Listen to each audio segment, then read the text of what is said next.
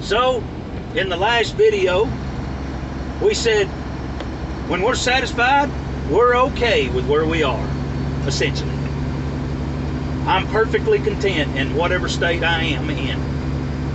Whether the top end, which would be, oh, got plenty. The bottom end, well, it wouldn't be being extremely poor.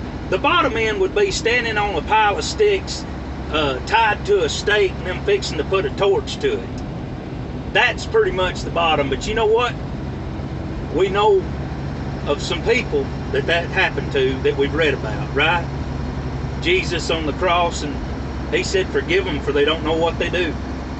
We got Paul that was beheaded, went all the way to whatever situation to be beheaded, and we've read about the martyrs.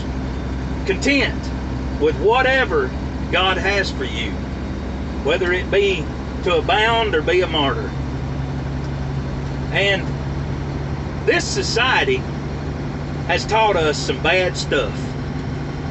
And we're all caught up in it, folks. We all live in it, and we have to fight our flesh, you know, because we have the lust of the eyes, the lust of the flesh. We want what we want. We want it now. We even demand it. We demand it, and we use his name to do that a lot of times. And I'm telling you, think about it now. Is that discontentment when you start putting demands on the Creator himself? Well, I'm demanding according to the Word of God. Well, search your heart and find out if that's true or not. But you know you, and he knows your heart too. And it might be that you need to sit back and start saying, you know what, I'm satisfied. I don't want for anything. If you want me to have it, you'll bring it to me. And it don't matter what it is, whether it has to do with food for your belly, or healing for your body, or whatever. Oh, and I know people don't want to hear that, but it's simply the truth.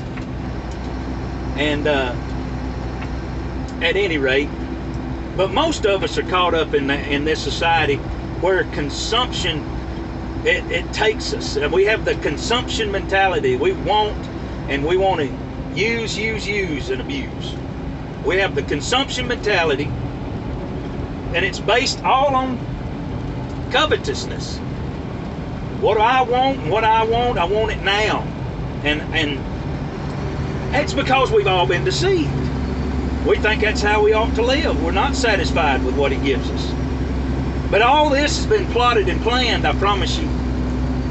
And it's a form of seduction to get you to go after something you don't have. And we need to be delivered from that, because the next thing that happens is disillusionment. Because when you find out that it's not what he would have for you, my friend, your heart gets broke. The hope deferred makes a heart sick, and then you start blaming the one who redeemed you if you're not careful. And then you get mad at folks that lied to you or told you some lies to get you to wanting and lusting after things, and that leads to a deep dark hole. And I'm telling you, he wants you free from that. And I will continue this at another time. But by the way, remember and give it to the widows, the poor, and the orphans. See you on the next one. Take it all with a grain of salt. I could be wrong.